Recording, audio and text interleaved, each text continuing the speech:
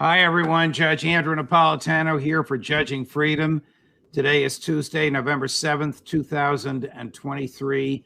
Lieutenant Colonel Karen Kwiatkowski joins us now. Colonel Kwiatkowski, always a pleasure. Thank you for coming back to the show. I want to spend a fair amount of time on Israel, but before we do, there have been some developments in Ukraine that I'd like you to unpack for us. Over the weekend, General Vladimir Zaluzhny, the commander of the Ukraine military, said that the Ukraine military and the Russian military had effectively achieved a stalemate.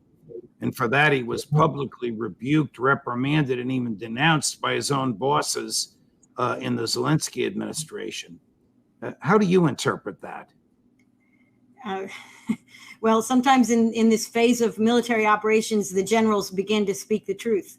And I think that the general is closer to the soldiers and closer to the front and has a good understanding of capabilities. And he's probably pushing back in the only way that he can against the unreasonable nature of the requests of the Zelensky government, because I think Zelensky is not being realistic. And I imagine that's what General Zaluzhny is feeling. The other interesting thing was his aide got blown up right after this. Did you see that in the news? Say again, please. One of Zaluzhny's aides was blown up. Yes, he got literally blown up in a booby-trapped birthday gift that he apparently opened in front of others. No one else was harmed, but he was killed. I mean, is that an inside job, or do the Russians send things through the mail to high-ranking military? I never heard of that. It doesn't sound. I don't know for sure, but it didn't sound like something that the Russians did. It sounds like things are falling apart inside of the Ukrainian military and the political structure. I think there's more than one person. There's probably many people in leadership positions there that are trying to figure out the best way to survive, and that they have to end. The war has to end, or else no one's going to survive. It's certainly not the politicians and the generals. So, I think in some ways it's a good sign that we're seeing this. Of course, it was all unnecessary because the United States is the ones that really caused this thing and pushed it past all points of reason. So we are responsible for this, and it's sad. But I think maybe this is the point of not the breaking point, but really a breaking of an impasse, so that we can get to what comes next in Ukraine, which I hope is peace and rebuilding. The Ukrainians certainly deserve that.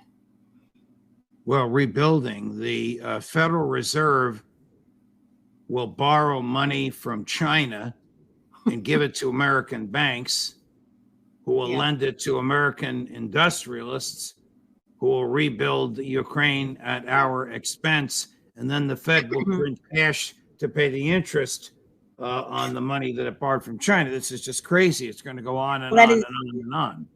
Yeah, that's true. It's sad. It doesn't have to be us that rebuilds it. Ideally, the best way to do it is for the country to pull itself up. It sounds harsh, but that's what should happen. But yeah, you're right. It'll be but to your point, Karen, the Russians and the Ukrainians had the framework of an agreement until the Americans and the British said no.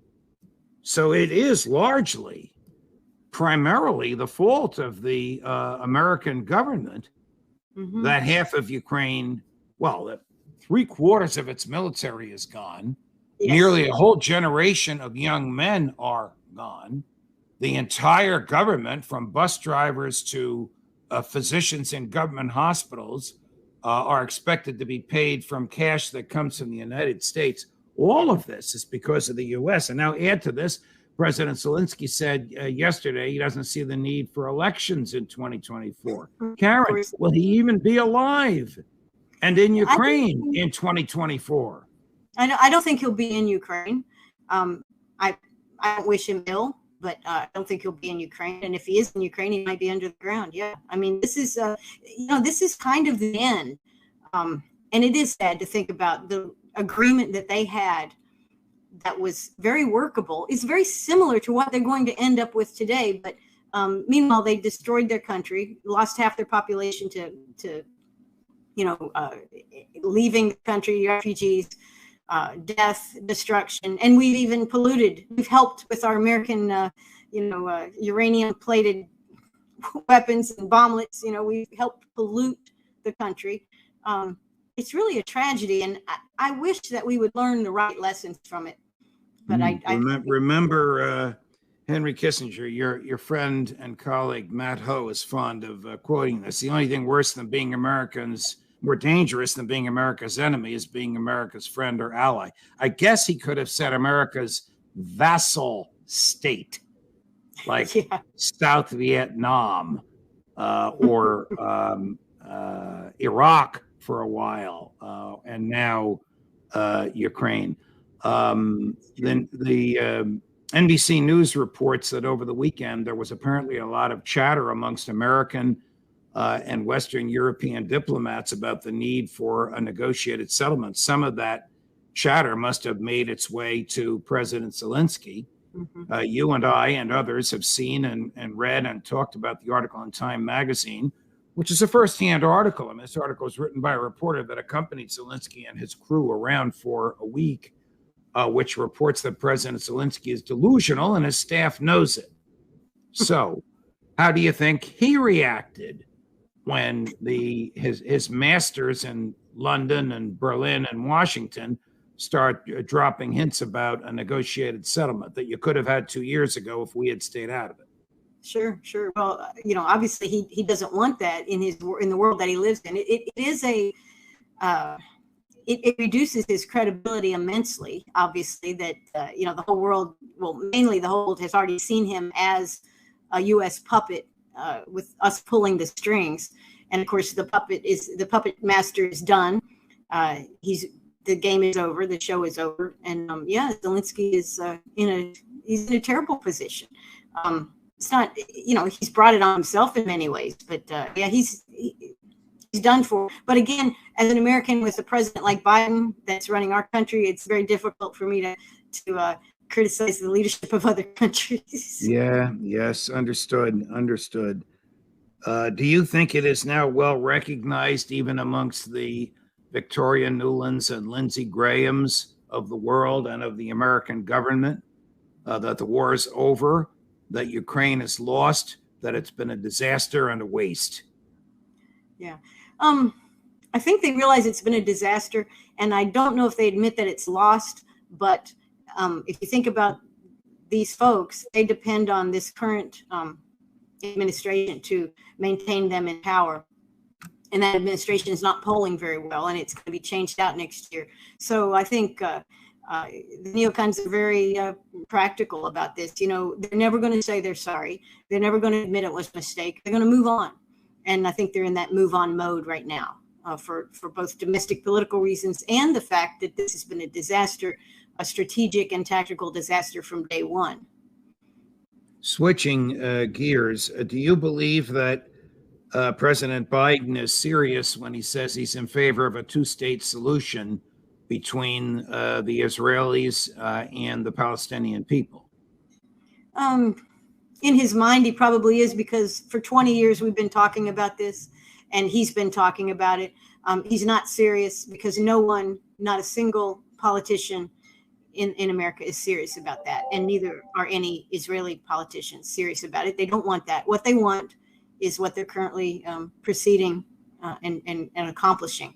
And no, they don't want a two-state. They want Palestinians gone, and they don't care if they're in their own state, but it'll be far, far from Israel's borders, and ideally, a non-entity. They don't. This is the two-state solution is it's just public relations, and it's sad because I think many in the State Department honestly invested years of their lives and their talents to try to bring it forward. But the powers that be in this country and in Israel, I are not interested in that, and they never have been.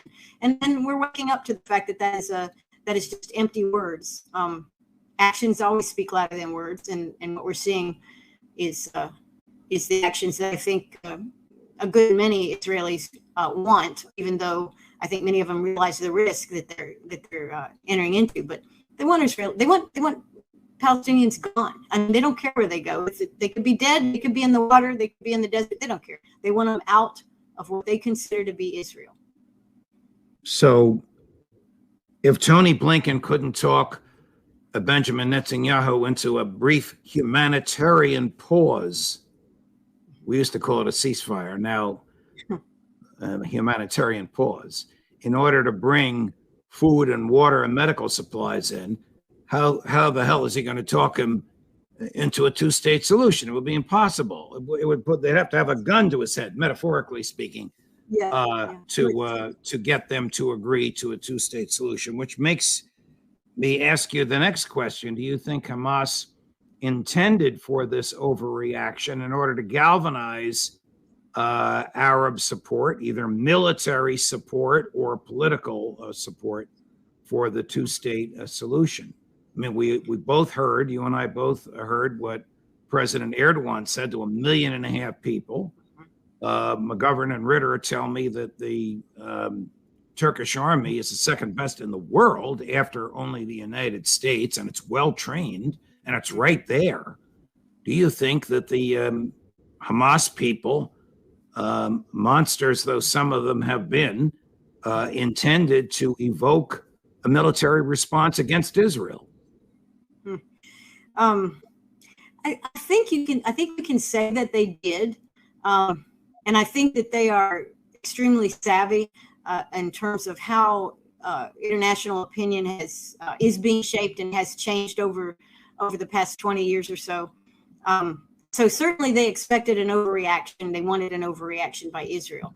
I think they hoped for the international reaction, but I don't know if they orchestrated it. But certainly what's happening and most of what's going on in the world, we only see it from the American side, but we are viewed, I don't want to sound like Trump here, but we're viewed as weak or weakening in many ways around the world.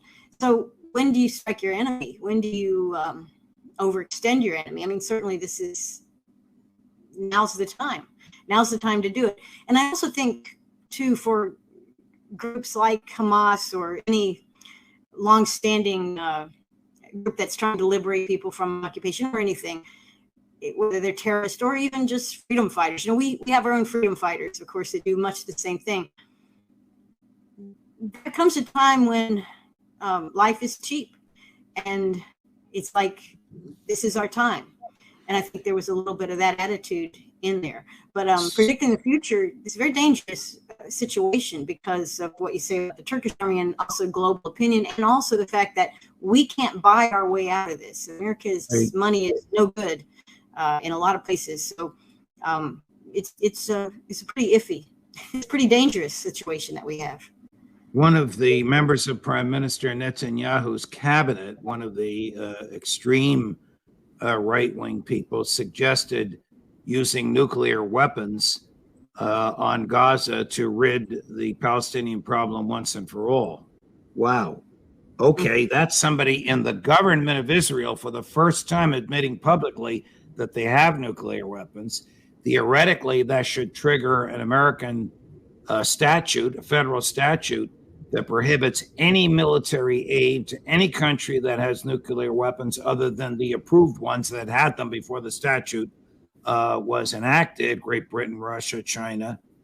What do you make of that? Netanyahu was furious at this and said we would never do it. You can't say we don't have nuclear weapons, because then he opens up a can of worms, because too many people, American, Israeli, Western, and Middle Eastern, know that they have them because they've worked on them. Yeah. No, it's true. And again, this is kind of the overreaction that I think Hamas may have been hoping for, because a discussion now, an open discussion and an open admission of these nuclear weapons out of bounds of any treaties, non-inspected by any international inspection agencies, not controlled, not even known, but they've admitted it. So yeah, it puts them in a bad. This is the, you get a rage response, and I think much of what Israel's government and many around the world who are on the side of Israel, they're enraged. And when you're enraged, you're not being rational and logical. So blurting out information like this changes the dynamic greatly, because certainly it'll make the United States look like hypocrites, but many other members of the global, the nations of the UN and that kind of thing are very familiar with the technocratic and legal procedures that go along with this. So it's not just like, oh, we're gonna let this one pass. There's a whole planet out there that are not going to let this pass.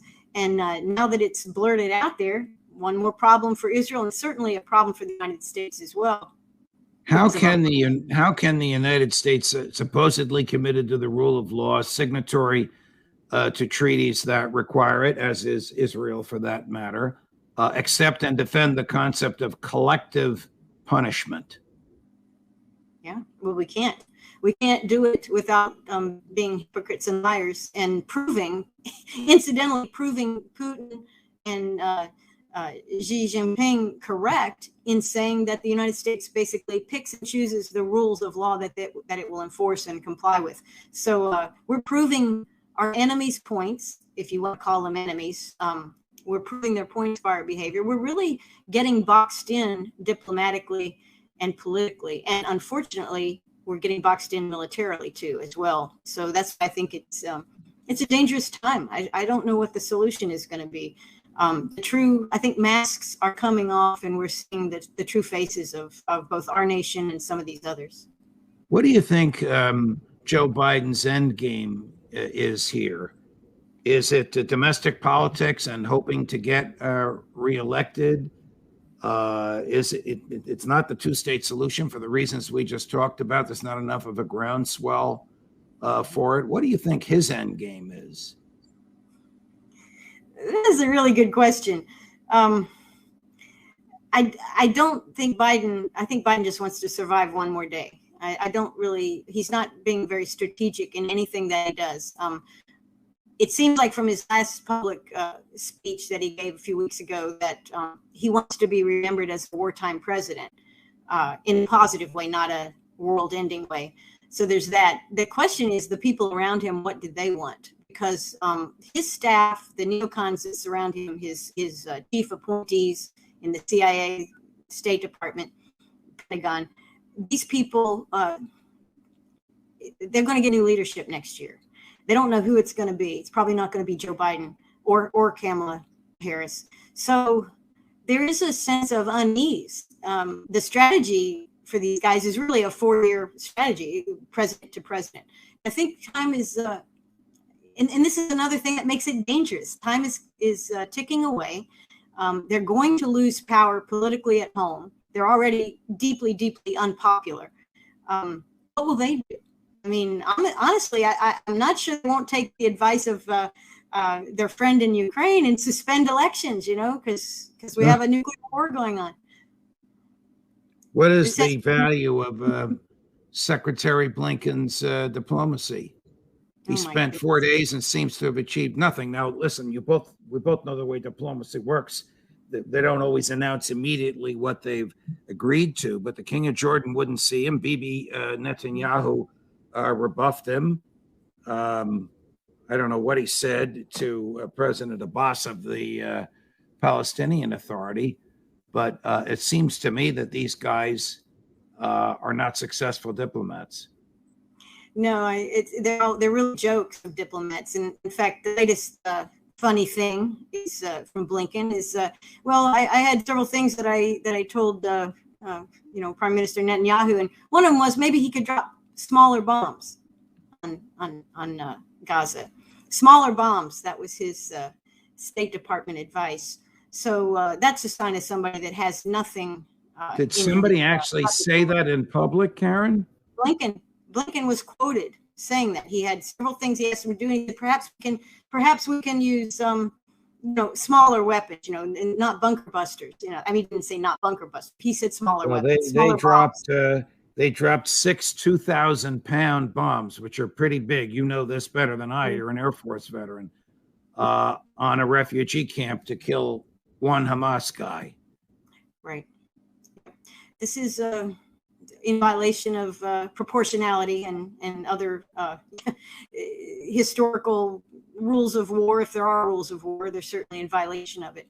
But yeah, we don't have any credibility over there, I don't think, in any of the countries. And we certainly have no influence over Netanyahu's government or any Israeli government. And from an Israeli perspective, that's a good thing. You don't want to be controlled by another country. But from an American perspective, given the billions and billions and billions of dollars spent both in DC and given to Israel, you would expect that we would have influence, and we have none. That has been, as one of our senators, that's a very poor investment. Today, or actually, I guess it was yesterday, last night, Prime Minister Netanyahu told ABC News that he expects that the Israelis will stay in Gaza more or less permanently and will provide security. Stated differently, they'll become prison guards. How dangerous is that? They're going to confront guerrilla warfare for as long as they're there. Well, I think they think they're going to kill and remove all of the Palestinians, and then their front guard will then be the settlers that will return to Gaza, as they had been some years ago before they were removed. And the illegal settlements will now be more fully protected and authorized by the Israeli government. And they'll continue to do what they do best, which is to do what they're doing in the West Bank.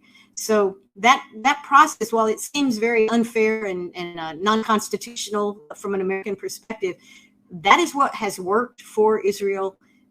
They've taken land, they've seized land, they've held land, they've removed the native population, they've populated it with Israelis, and not Arab Israelis. They've populated it with Jewish Israelis. And that process is going to continue apace. I think that is pretty much what Netanyahu is saying. And this certainly does buy him support amongst the right.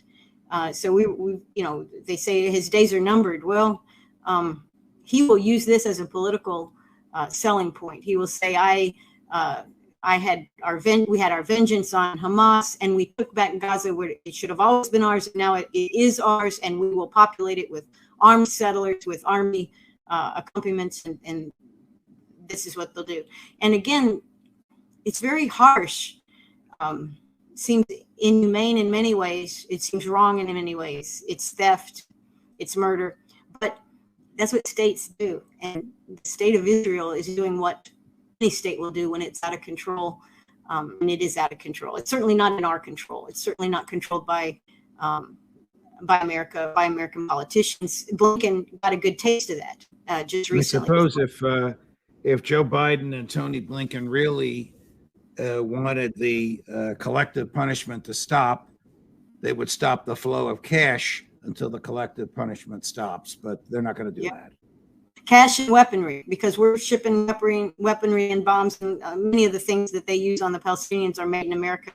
Has been that way for decades. Oh, the New York Times reported yesterday that the Israeli government has asked for, and the State Department has approved, the shipping of 24,000 weapons to be given to settlers in the West Bank that are illegal to own in the United States. Oh, machine guns, automatic rifles, one trigger pull, a fusillade every round in the chamber, not in the chamber, in the magazine comes out. Illegal to own military in the hands of civilian settlers in the West Bank, made in the U.S., paid for by the U.S. taxpayer. Yeah. So clearly Blinken doesn't mean a single word that he says, because the actions are just as you have described. And that's what the truth is. Your actions are the truth. And so, I think if we're going to behave like this, we have for many decades, and we're doing it now, then Americans themselves need to be very careful, because we have made ourselves the enemy of a great many people around the world.